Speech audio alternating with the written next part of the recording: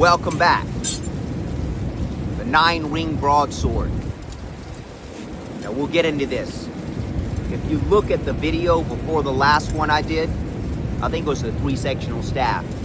Before that, I did a video on the broadsword and how to pass the sword from hand to hand. So we're going to expand on that a little bit. But this is a 9-ring broadsword.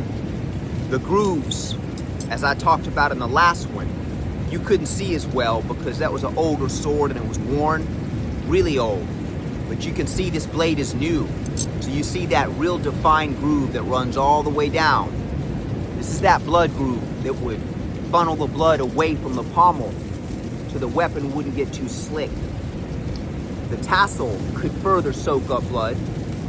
It could also be used to wrap around the wrist to secure the weapon further. In the ancient world, sometimes they would have had a steel BB or a steel pellet on the end of the tassel so they could pop an eye out. Right? Very, very well thought out. Now the rings, what are the rings for? Well, the primary purpose of the rings was to ensnare tips of other weapons. Spear tips, sword tips, blade tips. The right angle, you could snap those, or at least trap the weapon enough to gain an advantage. So in the last sword video, we talked about how to pass the sword. And we're going to work on that again today, but I'm going to show you some neck rolls. We're going to take this a little further. I'm going to back up so you can see. So the last video, we practiced passing the sword from hand to hand.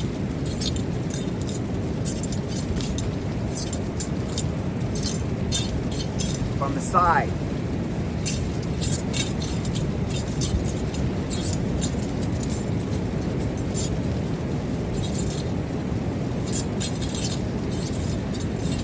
Now the footwork is difficult here, a lot of uneven terrain as you can see. But we're going to demonstrate, what we're going to do here is practice how to pass the blade, but we're going to put the neck roll into it. All right? The Chinese are big into rolling, spinning blades around the neck. There's a certain way to do it, which is what we're going to talk about. So, I'm going to cut across so that the weapon comes this way. This is what I want in the back. Slice across the front, come up. Right. Now right here where we would normally pass,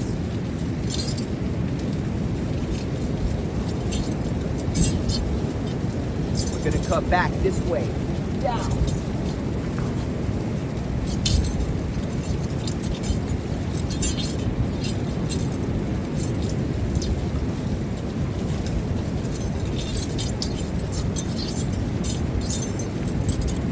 One more time slower, a little closer. I'm going to whip the blade back, all the way up at an angle. Opposite shoulder. Not the same, that's a different technique. Opposite shoulder, protecting the head. Snake under the hedge. Pass. Cut to the back. Turn. Opposite shoulder, remember that. Snake under the hedge, pass. All right, there's a lot of people moving in and out that are starting to come this way. So I'm gonna close this out. Just remember with the neck rolls, with that one, start on the opposite shoulder. Now we can also do that with the same shoulder.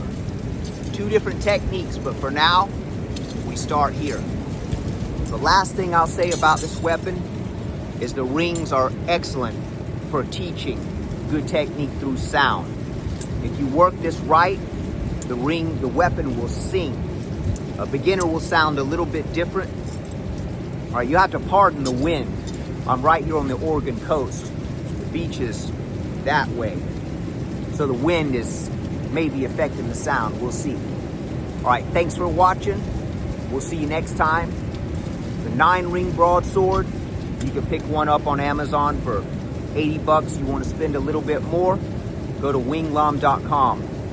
All right, thanks for watching. Seafood Les Clemens out.